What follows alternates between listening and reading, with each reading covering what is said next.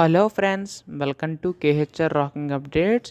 AP పాలసీకి సంబంధించి counselling process అనేది ఈ రోజు నుంచి అయితే స్టార్ట్ అవుతుంది. అయితే ఇందులో ఫస్ట్ స్టెప్ చూసుకుంటే రిజిస్ట్రేషన్ ఫీజు అయితే పే చేయవలసి ఉంటుంది. అది ఏ విధంగా పే చేయాలి అండ్ డాక్యుమెంట్స్ ఏమేం క్యారీ చేయాలి, ప్రతిదీ కూడా ఈ వీడియోలో కంప్లీట్గా డీటెయిల్గా తెలుసుకుందాం.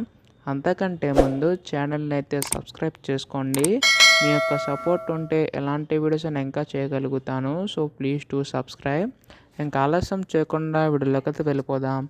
సో ఇక్కడ మనకి మెయిన్ చాలామంది మిస్టేక్ చేసేది ఏంటంటే, అక్కడ మనకి కౌన్సిలింగ్ నోటిఫికేషన్లో డీటెయిల్గా చెప్పారు. ఎవ్వరూ కూడా మనకి మొబైల్లో అయితే పేమెంట్ అయితే చేయకండి. ఎందుకంటే మొబైల్లో పేమెంట్ చేస్తే మాత్రం మీకు ఎక్కడైతే అక్కడ పేమెంట్ ఇష్యూ అయితే అవుతుంది. అంటే పేమెంట్ సక్సెస్ కాదు. సో దానివల్ల ఏంటంటే మీరు ఎంత పే చేసినా మనీ కట్ అవుతుంది తప్ప మీకు అక్కడ పేమెంట్ అయితే అవ్వదు. సో ఇక్కడే చూడండి. సో మనకి ఇక్కడ నోటిఫికేషన్లో చెక్ చేసుకుంటే అక్కడ థర్డ్ పాయింట్ చూడండి, preferably do not make payment through mobile phones to avoid failure of payment. So payment అనేది మనకి ఇక్కడ మొబైల్ అయితే చేయకండి చెప్పేసి అన్నారు. సో ఇప్పుడు మనకి ఈ విధంగా చెక్ చేద్దాం. సో పేమెంట్ అయితే మొబైల్ అయితే చేయకండి. అండ్ మనకి ఇప్పుడు కౌన్సిలింగ్ ప్రాసెస్ సంబంధించి అసలు పేమెంట్ అనేది ఏ విధంగా చేయాలి. సో అఫీషియల్ వెబ్సైట్లో చూసుకుంటే మనకి ఈ విధంగా అయితే ఉంటుంది ప్రతిదీ కూడా. అక్కడ మీరు కొద్దిగా అబ్జర్వ్ చేస్తే ఇక్కడ పైన మనకి పే ఫీ ఆన్లైన్ అని చూడండి, దాని మీద అయితే క్లిక్ చేయండి. సో క్లిక్ చేసిన తర్వాత మనకి ఈ విధంగా ప్రాసెస్ అయితే అవుతుంది. సో ఇక్కడ చూడండి మనకి ఇన్స్ట్రక్షన్స్ అయితే క్లియర్గా అయితే మెన్షన్ చేశారు.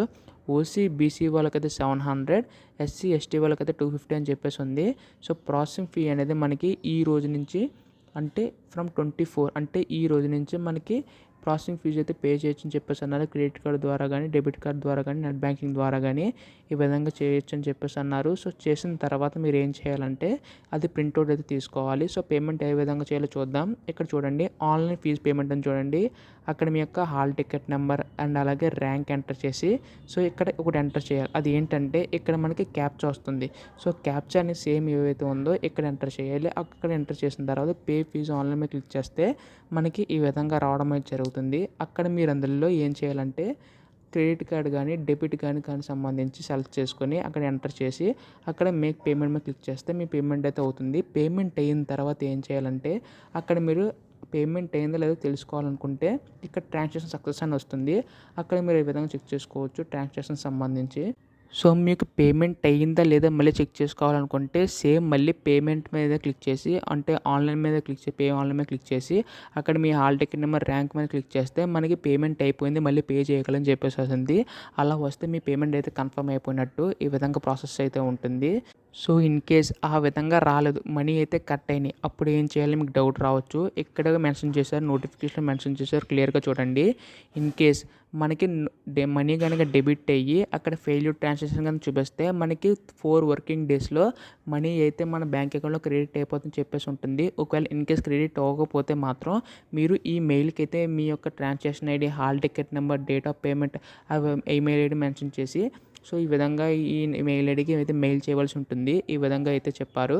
సో మ్యాక్సిమం అలాంటి ఇష్యూస్ ఏదో రావని చెప్పి అనుకుంటున్నాను. ఎందుకంటే మనకి ఇంకా టైం ఉంది కాబట్టి మ్యాక్సిమం ఈరోజు పేమెంట్ చేయడానికి అయితే అవాయిడ్ చేయండి. ఎందుకంటే మనకి లాస్ట్ 2-3 ఇయర్స్లో చూసుకుంటే ఎవరైతే ఫస్ట్ రేట్ పేమెంట్ చేశారో వాళ్ళకి మనీ అనేది కట్ అవుతుంది తప్ప పేమెంట్ అవ్వట్లేదు. తర్వాత నుంచి అయితే అవుతుంది. సో మ్యాక్సిమం ఈరోజు అవాయిడ్ చేసి రేపటి నుంచి అయితే కంటిన్యూ చేయండి. ఇవే ప్రాసెస్ అయితే ఈ విధంగా ఉంటుంది. సో తర్వాత ఏం చేయాలంటే మీ పేమెంట్ రిసిప్ట్ అయితే ప్రింట్అవుట్ తీయించుకోండి. ప్రింట్అవుట్ తీయించుకున్న తర్వాత మీ డాక్యుమెంట్స్ అయితే ఏమేమి డాక్యుమెంట్స్ కావాలో ఆల్రెడీ వీడియో చేశాను. సో ఆల్రెడీ చూడకపోతే చూడండి. ఒకవేళ మీకు అర్థం కాకపోతే డీటెయిల్ నోటిఫికేషన్ అయితే డౌన్లోడ్ చేసుకోండి. అందులో మనకి ప్రతిదీ మెన్షన్ చేశారు. హాల్ టికెట్, ర్యాంక్ కార్డ్ ప్రతిదీ కూడా ఈ విధంగా అయితే ఉంది. అండ్ మనకి ఏ రోజు నుంచి ఏ రోజుకి వెళ్ళాలి, ర్యాంక్ వాళ్ళు ఏ హెల్ప్లైన్ సెంటర్స్కి ఆఫ్లైన్ ఉంటుంది కాబట్టి ప్రతిదీ కూడా ఏ ర్యాంక్ వాళ్ళు ఏ తేదీని వెళ్ళాలో ప్రతిదీ ఇక్కడ మెన్షన్ చేశారు. చెక్ చేసుకోండి మొత్తం అంతా కూడా.